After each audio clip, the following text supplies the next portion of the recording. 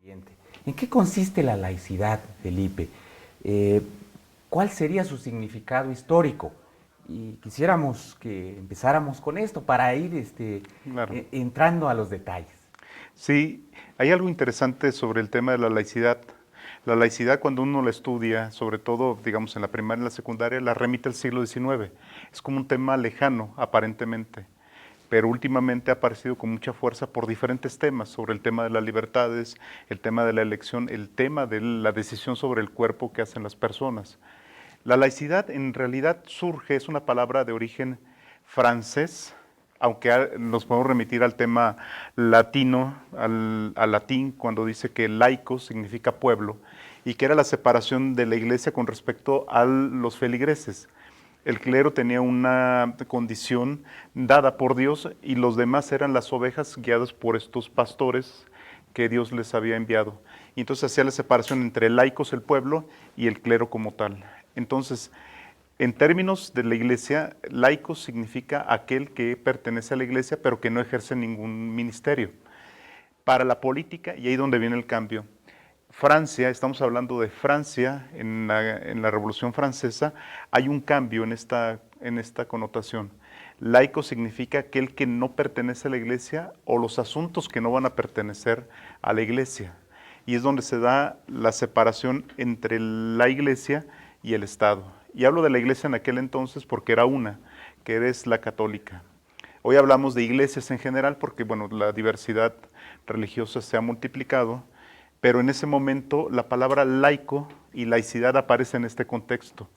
En estados nacionales que están naciendo, que tienen que tener su propia característica, tienen que tener su propio poder frente a un poder eclesiástico que los rebasa con mucho. Y entonces los estados nacionales, Francia en este momento, en la Revolución Francesa, tiene que tomar la potestad de formar a sus ciudadanos, más que creyentes, tiene que tomar el control de diferentes elementos, entre ellos la educación, en la administración de los cementerios, etcétera, etcétera.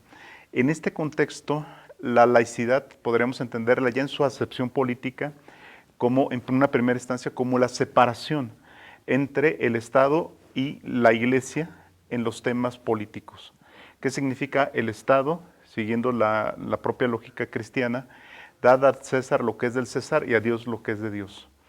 Y entonces los temas políticos y los temas cívicos son necesariamente de los ciudadanos, del Estado, regidos por el Estado, y los temas de creencia a la Iglesia, y es donde dicen, no, tiene que intervenir uno en el otro, tiene que haber esta separación. Lo interesante del caso es que esta es una primera acepción, se ha venido modificando a lo largo del tiempo. Estamos hablando de 1789, cuando se da la Revolución Francesa, y estamos hablando ya prácticamente de 3 siglos, vamos hacia 4 siglos. Por lo tanto, la acepción de la laicidad se ha modificado. ¿Qué implica? Ya no es suficiente la separación simplemente entre el Estado y las iglesias, sino también se dio en ese contexto un anticlericalismo de decir desde la política, la iglesia tiene que desaparecer prácticamente. Y entonces se da lo que se llama el laicismo, con la terminación ismo, que es ideológica. Cuando se agrega la terminación, el sufijo, ismo, acaba siendo una posición más de carácter ideológico. Se generan movimientos anticlericales. Y que bueno, en México tenemos la expresión que se dio este anticlericalismo en su momento con la Guerra Cristera. Viene una tercera acepción que revierte este sentido de la laicidad primera, de la separación entre el Estado y las iglesias, que es la laicidad positiva, impulsada por la propia Iglesia Católica, que dice, la laicidad positiva significa reconocer a la Iglesia en asuntos políticos porque ellos, el fundamento del Estado, también la Iglesia ha participado. Y esto lo hace en Francia con Sarkozy y Benedicto XVI. Entonces le dan la vuelta al tema de la laicidad en una tercera acepción. Lo que tenemos ahora es una acepción quizás de mayor amplitud, que es la laicidad entendida como el régimen donde la voluntad general rige los aspectos civiles. ¿Qué significa? Que son los ciudadanos los que se ponen de acuerdo para decidir qué sí, qué no se aprueba para la convivencia. Más allá de sus creencias, más allá de sus credos, más allá de sus dogmas, somos ciudadanos en igualdad de circunstancias, de derechos, obligaciones, de posibilidades. Tú no puedes venir a imponerme a mí cosas que trasciendan más allá de un acuerdo que tú y yo podamos tener. Tú no puedes hablar en nombre de alguien superior y yo también podría hablarlo y entonces no nos entenderíamos. Tendríamos que hablar en esta racionalidad política. Nos detenemos tantito allí. Si hablamos de las separaciones que en algún momento estaban unidas, ¿verdad? Esa es una primera cosa, hay un antecedente. Bueno, y después cuando sucede la separación, ¿en qué momento este tema se convierte en un asunto de interés para el ramo educativo? Claro. En el caso, y sobre todo, hablamos que la iglesia era prácticamente la que gobernaba mucho el tema de la vida social y de la vida de los individuos, en lo individual y en lo social. El individual, desde que nacías hasta que morías, pasabas por la iglesia. Y cuando te aplicaban, digamos, la excomunión, era que no pertenecías ya más a la sociedad en ese momento. Era terrible a la gente que en siglo XIX, siglo XVIII sufría una excomunión, porque era prácticamente eliminarte de la sociedad. En lo social regían las normas morales, los valores, las pautas de convivencia. Frente a esto, el Estado, que eran estados monárquicos, estaban regidos por el tema de la iglesia como la potestad encima. Recordemos que quien coronaba a los reyes, a los príncipes, era el Papa o la iglesia en sí misma, era la que coronaba en representación de Dios. Y hay un cuadro muy bonito que es el de Napoleón, que está en su coronación como emperador. Napoleón le quita la corona al Papa y se la pone él. Y en ese momento rompe, porque es el Estado el que dice, el poder es mío, no proviene de otro elemento más que de mí mismo. Y en este caso empiezan a surgir los estados nacionales, digamos ya del siglo XVII, siglo XVIII, empiezan a surgir y necesitan tener su propia legitimidad los estados nacionales. Y es cuando empiezan a tener el conflicto con la iglesia que regía todos los aspectos de la vida social e individual. Los estados nacionales necesitaban tener una legitimidad por elección o por representación de sus ciudadanos, no por una entidad superior. Y es donde viene el quiebre. México es característico en eso. Siglo XIX, cuando se da la independencia, México sigue apostando por tener una religión oficial. Y esa es la religión católica. Y era la católica en ese momento. Y además apostólica y romana. Y romana, que eran las otras dos, exactamente. ¿Qué significaba ser romana? Que todos los designios venían desde el Vaticano. Entonces, ahí no había vuelta de hoja, el Estado se plegaba prácticamente a la iglesia. ¿Qué es lo que pasa? El Estado separa estos asuntos individuales o sociales y toma la potestad, la legitimidad sobre estos asuntos, y un tema crucial es la educación. Porque la educación, más allá de que uno pueda entender que es para formarse en conocimientos, en prácticas, en habilidades, tiene una connotación y por eso el Estado apuesta tanto por la educación. La educación es la formación cívica, es la formación de ciudadanos, es la formación para la convivencia entre los iguales.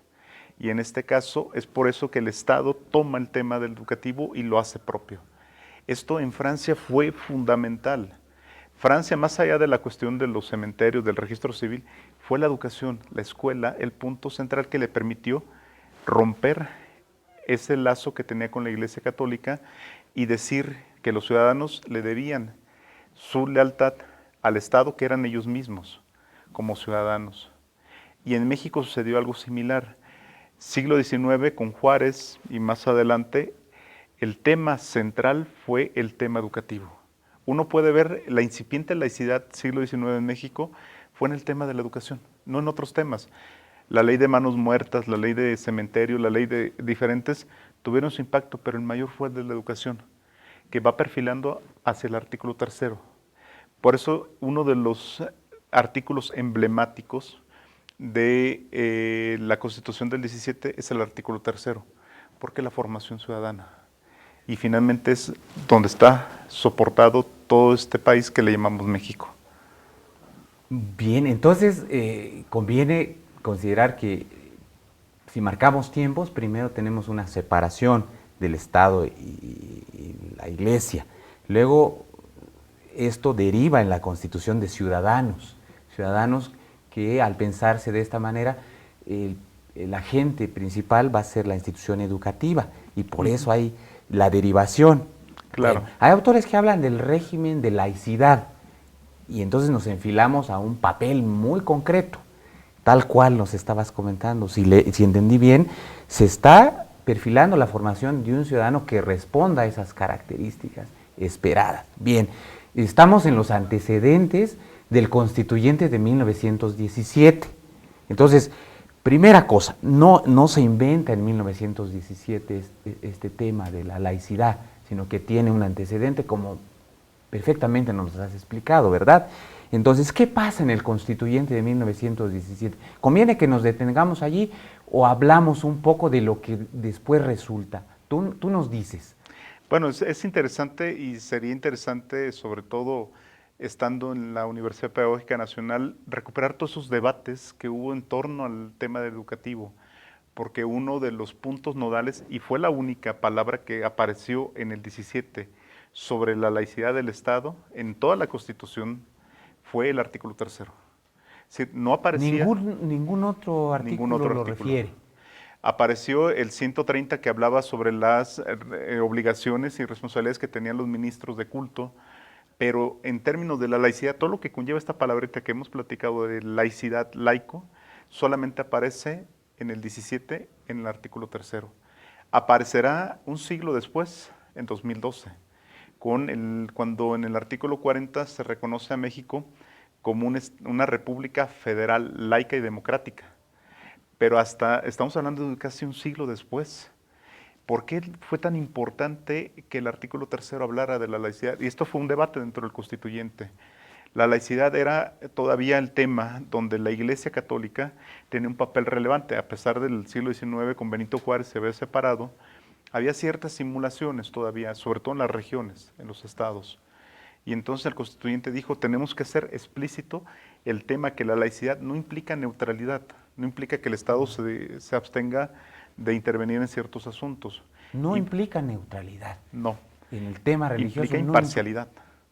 es La diferente. imparcialidad es diferente, porque la neutralidad sería dejar hacer, dejar pasar, dejar regular pero sin intervenir. La imparcialidad sí implica una intervención directa, es decir, implica poner el piso parejo para todos. Si alguien habla de religión no puede hacerlo porque otros tendrían que hablar también de religión. Si alguien más lleva sus valores, todos los demás tendrían derecho también de hacerlo. Lo que es el Estado dice, a ver, momento, esto es imparcial. En términos de nuestra imparcialidad, implica que todos somos iguales en esta discusión, como ciudadanos. Tú puedes creer en algo, yo puedo creer en algo distinto, pero eso no te hace menos a mí, ni yo voy a intentar imponértelo a ti. Si yo quisiera hacerlo, el Estado intervendría. Y en ese sentido fue la lógica que se hizo en el artículo 17, en el artículo tercero de la Constitución del 17. Fue esta noción, sobre todo de limitar aún una fuerza de la Iglesia Católica presente en muchas de las regiones del país y decir, la escuela es una potestad pública. Cuando dicen educación pública, a veces los más conservadores se identifican como educación estatal. No es cierto. La educación estatal, la educación pública no es igual a ser educación estatal. Educación pública significa educación que los ciudadanos se ponen de acuerdo para llevarla a cabo bajo la instrumentación del Estado. Porque si fuera estatal sería otra cosa, sería más autoritario y sería casi llegando a regímenes donde se implicaría una ideología en particular. En el caso de México se dijo una educación pública porque eran los ciudadanos. Y los debates son interesantes porque llegó al caso de que uno de los diputados dijo, bueno, pongamos entonces que los sacerdotes también tengan obligaciones como ciudadanos. Y ahí había un rompimiento de la laicidad, porque el Estado intervenía en la iglesia, cosa que si no se permite que la iglesia intervenga en el Estado no tiene que intervenir en la iglesia. La iglesia, literal, puede decir misa lo que quiera, pero el Estado decide sobre sus propios rumbos. Sería interesante recuperar esos debates, son muy interesantes. Los debates del constituyente de 1917 sobre el artículo tercero. Sobre el artículo tercero. Bien, es sumamente complejo el asunto, no es nada simple. Bien, por eso es que vale la pena que lo repensemos ahora que estamos a 100 años de haber sido promulgado el artículo tercero como parte de la Constitución de 1917. Ahora, ¿qué pasa con el avance de las décadas, de los años? Llegamos a tener una educación socialista en México. ¿Qué pasó allí? ¿Se hace más dramática la separación? ¿Hay enunciados más específicos? Porque en un primer momento parecería que la separación había implicado sobre todo efectos en el campo de la educación básica, la Ujú. primaria, pero parece que después se va extendiendo y vamos a cubrir los siguientes niveles. Y bueno, eso es un dato que podríamos tratar, pero ¿y qué tal si nos metemos a ver las reformas? Porque el tiempo es un bien escaso en un programa de televisión, entonces necesitamos considerar esto. Hablemos un poco de las reformas que siguieron después de haber sido formulado el artículo tercero en 1917. Sí, bueno, el artículo tercero como tal se le agregaron otras cosas, nunca se tocó el tema de la laicidad. Lo que sí hubo modificaciones a la Ley General de Educación a lo largo del tiempo, donde se habilitaba, por ejemplo, las escuelas particulares bajo el régimen de un reconocimiento de la Secretaría de Educación Pública, que anterior, y la propia iglesia tuvo ciertos reglamentos para poder intervenir, que ya lo hacía, pero se reglamentó a partir del artículo tercero. Tenemos diferentes momentos. Tenemos el momento de los años 50, donde se reforma la Ley General de Educación y se habilitan los libros de texto gratuito, donde se da con Torres Década de Bodet, 1950, con sí, Jaime Torres Bodet, y que generó toda recuerdo. una polémica con los grupos más conservadores porque decían que eso era la ideología del Estado que se intentaba imponer a todos los mexicanos. Y hubo quema de libros público. En las plazas públicas, en algunas ciudades, sobre todo en el Bajío, se quemaron de manera pública esos libros de texto y entonces, sobre todo hay algo interesante, después del 17, en 1921, 18, perdón, en el 18 y en el 21 logra su consolidación, se crea la Unión Nacional de Padres de Familia para contrarrestar todo lo que el artículo tercero decía en torno a la laicidad. Es decir, esa Recién ideología inaugurada la Secretaría de Educación Pública. recién inaugurada. Y todavía siguen con los mismos preceptos, ellos no se han modificado para nada, ¿eh? Y lo último que hicieron, Estamos hablando de la Asociación Nacional de Padres de sí, Familia. Siguen hoy día. siguen todavía. De hecho, siguen quemando libros todavía. Digo, algunos adeptos de, no digo la Unión Nacional, la Asociación de Padres de Familia, pero sí algunos que están muy encasillados. En 2010 quemaron libros en León, Guanajuato. En la plaza pública quemaron los libros de texto.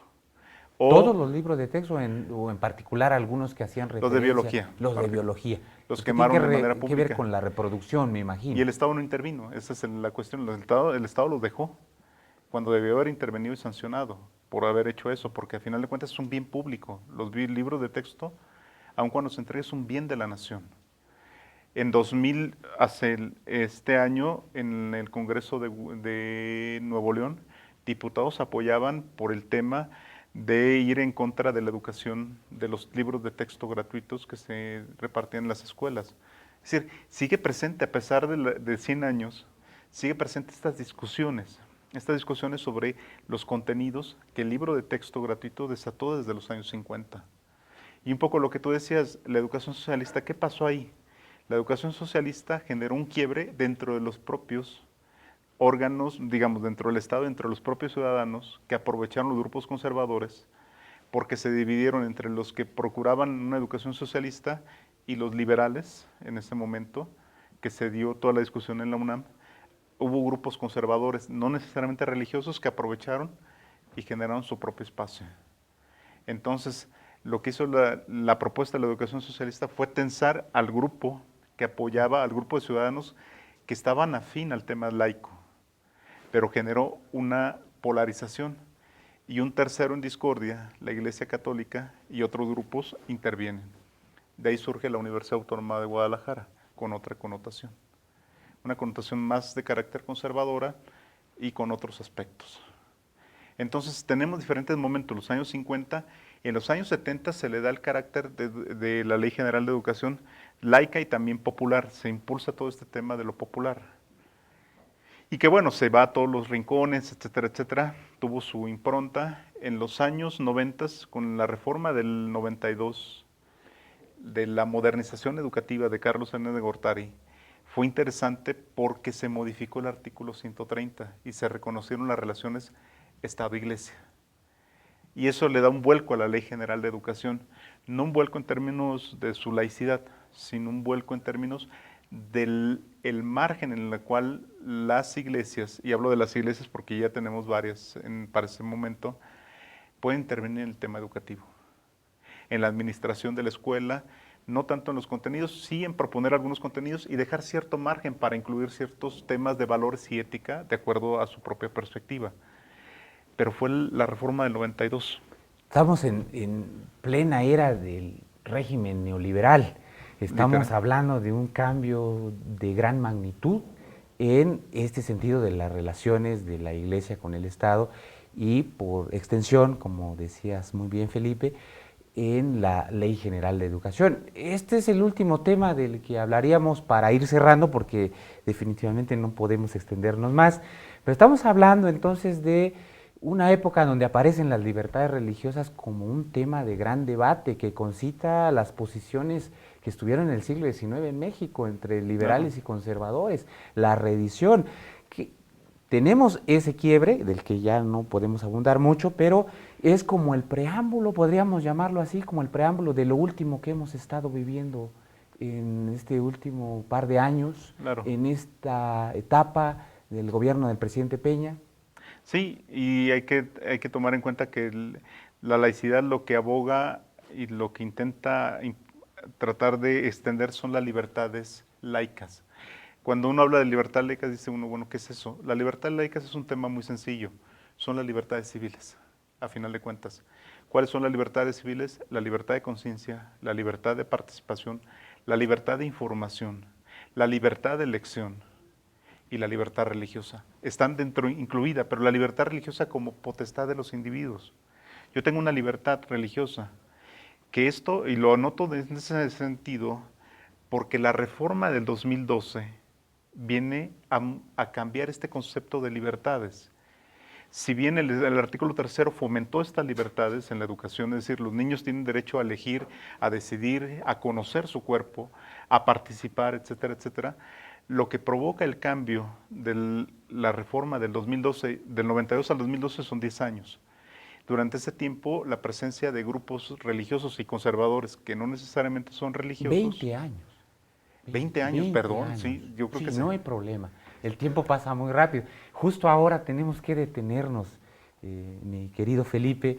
Es cruel el tiempo de la televisión. Creo que nos debemos una segunda parte. Con todo gusto. Porque lo más caliente es precisamente lo que se deriva de la reforma de 2012.